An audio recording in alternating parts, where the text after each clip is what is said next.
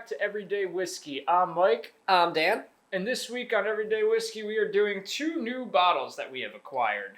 Well, you have acquired. Yeah, Mike I acquired this for me, but I paid him for it, and I acquired this one.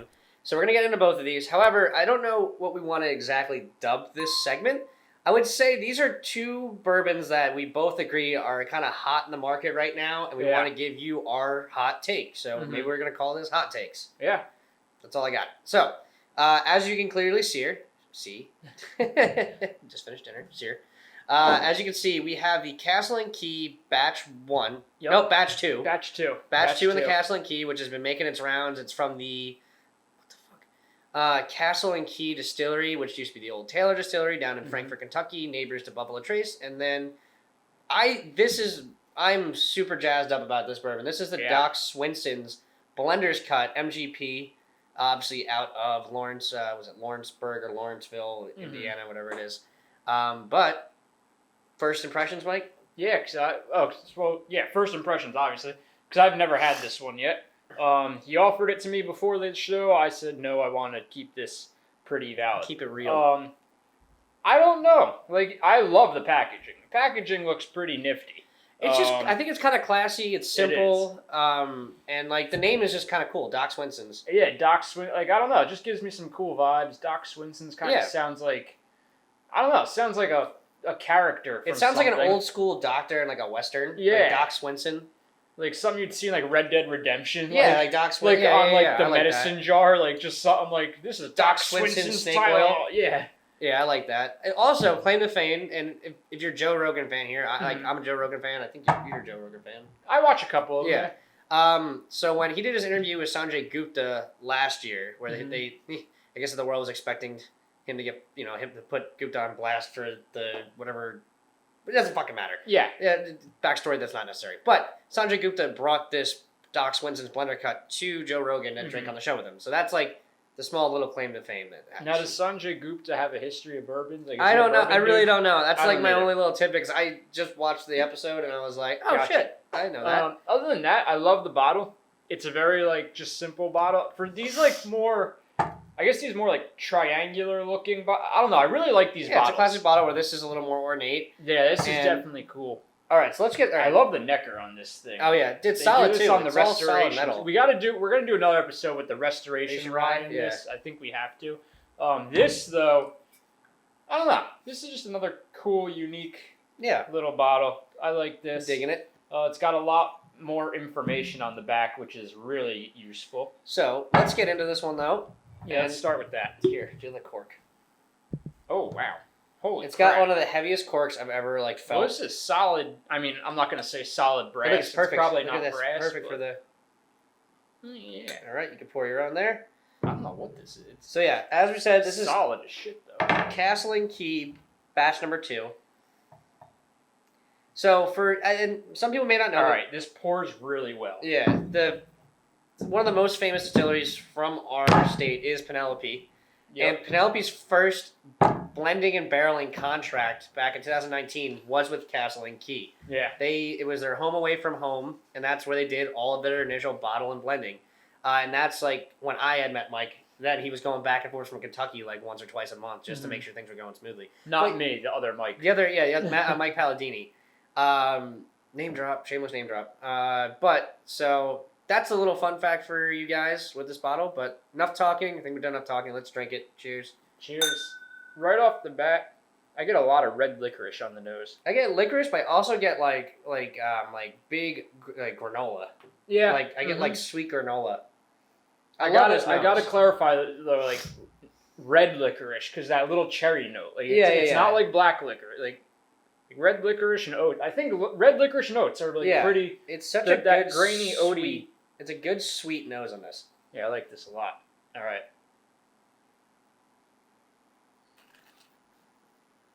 It's so different. Ooh, it's so good. I get a lot of red licorice on the palate. I get a lot of cherry on the palate. Yeah. A hell of a lot. Wow. But it's dense. Mm-hmm. It's big, dense flavor. This has a great natural cherry note. It's and like you said, It's not cherry flavored. It's just No, it's got not. such a. It's so effortlessly. Holy crap! Effortlessly. Effortless. Yep, you said it. It's effortlessly. It's effortlessly. Oh my gosh! I'm gonna say it right. Effortlessly, easy cherry note on this. I got it. There you go. Barely. All right. Welcome to the 3rd grade. I got brain damage. That's okay. Sometimes that happens. He might have just had a stroke on camera. We don't know. Maybe that's why I'm smelling vanilla. It's just so it's not over the top sweet though. No, and it's got a nice little bite to it. At the end. It's got a nice little like ethanol kick at the end, which still reminds you that you're drinking bourbon. It's 99 proof. It's only a 4-year age though, so it's not, young. Yeah, it's young. pretty young. This is only 5.2. They're both relatively, and they have. You'll see what I think these are going to be. Sure. These are going to be a good like duo to like do like a side. And we are not pitting these against each other. This is not going to be a competition it's not of a tit which for one tat. to buy. We're just going to review them individually. Exactly. But we are going to do a rating though. Yes, we'll still rate them, but it doesn't mean like, whichever higher rating doesn't mean you should buy it. We're just rating these individually. Do what you want with that information. Yeah, they're 2 new pickups. I don't even think they're in the same price range though. Anyway. No, dude, 55, 45. Oh shit, you're right. That was 40. Yeah, I'm thinking of the one you got. I forgot. Enough. I gave you bottle plus 40 for the one that you got me. That's right. All right, so they're close enough. All right. Chances are, if you're buying like a 45, it's not hard to stretch. I'll let you finish up. I'm gonna go with my rating on this. I really really like this. Mm-hmm. So it's these are gonna be I think 2 of our higher scores. I think off the back. Like all time? Not all time. Okay. This I'm going with just because I've gone back to this a couple times and drank it. I really enjoy it. What do I want to do with this? I'm gonna go with an 8.3. Oh wow! I was close. Would you say? I was gonna say 8.2. All right, we'll go with 8. We'll go with the lower. We'll go 8.2. 8.2. 8.2 out of 10. I think that's more than fair. The only reason I'm not going higher because it does have a bit of a punch. It does, but it's good though. I like the punch. Where I'm knocking points off is that cherry note is so intense, but it's almost intense enough to the point where like the back end and after you swallow and like the residual taste you're left with, I kind of get a little like cherry medicine, like okay, cough so syrup, you get like a little medicinal aftertaste. So I don't really like that, but. Overall, but it's so minor. It's so minor that like you could take a swig of water and it's gone. Yeah. It's not like when you are force fed cough syrup and then you're dying and punching your mom in the face because it tastes so bad. Like I just put up I just did a TikTok where like saying Old Ezra 7's my favorite cigar whiskey. It still is. Mm-hmm. This is a close second.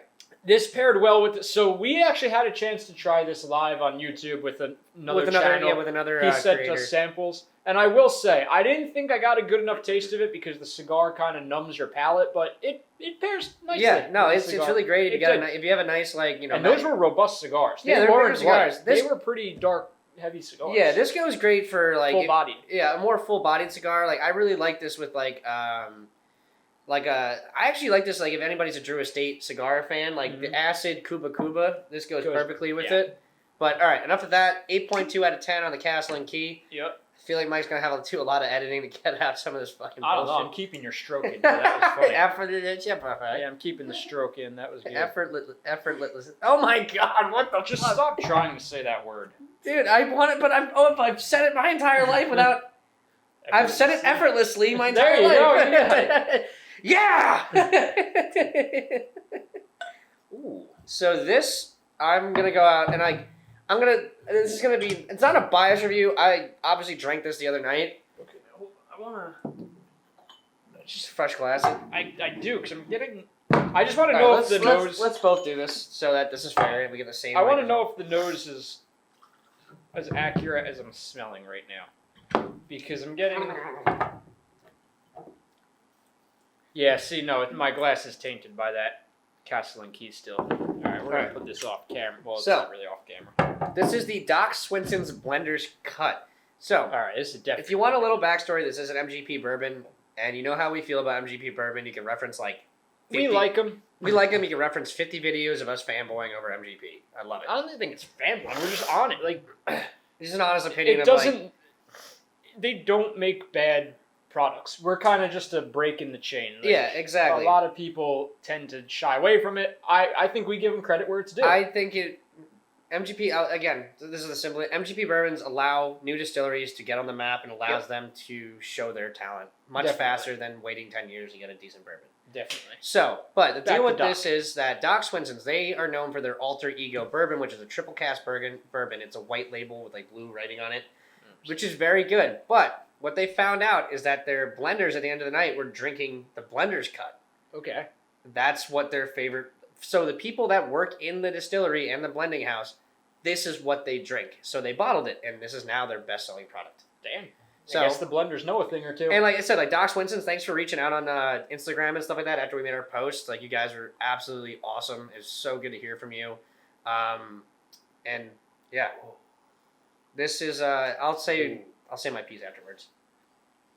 The nose is not. This is the better nose. This is a very hot nose. This is very ethanol-y, and it's very like almost burnt cola. A little bit. But the profile on this. I gotta go again. Hold on. It's big and it's flavorful and there's no kick. It's maraschino cherry if you kind of toasted it a little bit somehow. If you could like char a maraschino cherry. Yeah. That's what I'm saying. They both have this cherry bomb thing going on. This has hints of cherry, but I'm getting a lot of caramel and toffee undertones. Yeah.